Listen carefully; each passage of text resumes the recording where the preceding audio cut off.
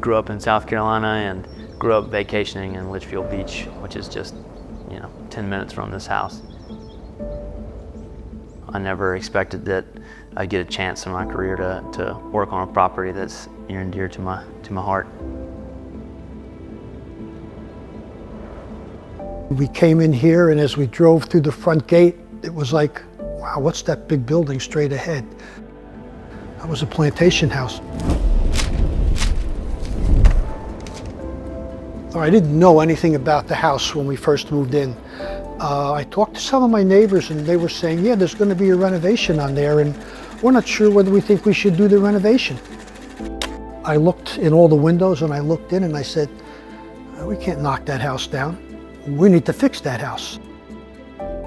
We interviewed 3 or 4 vendors. WX Tight seemed to know a lot more about what was going on here and what they would have to do to fix those problems. My first time coming here, I was like, this house is just, looks like it has no maintenance, no upkeep.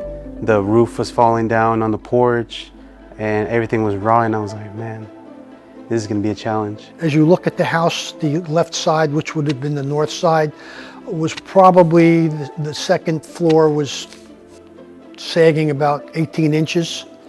And we also knew that the entire beam along the back of the house was rotted, termite damage, water damage.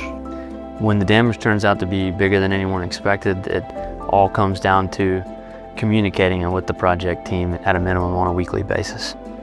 As we kept taking the siding off, we just found rotten wood, rotten beams. So we just followed that rotten wood up until we got to some actual wood that we could keep. And we just started sistering wood to the rotten wood, or completely replacing it by using the old methods as well. We said, yeah, well, we could fix that. We'll just hire the right people, do the right thing, and get it done. I've done many projects.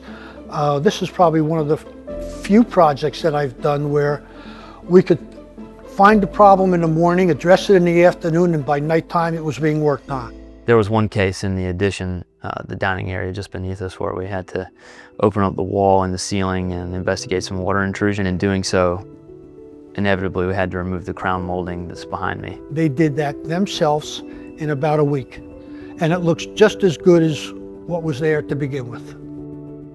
Seeing the columns go up, 8 beautiful columns, you see them out there, they look beautiful.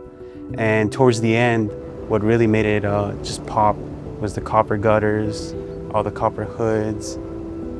The history was just, it was something that I believe that we had to stay with. We had to make it right. We had to keep the history going.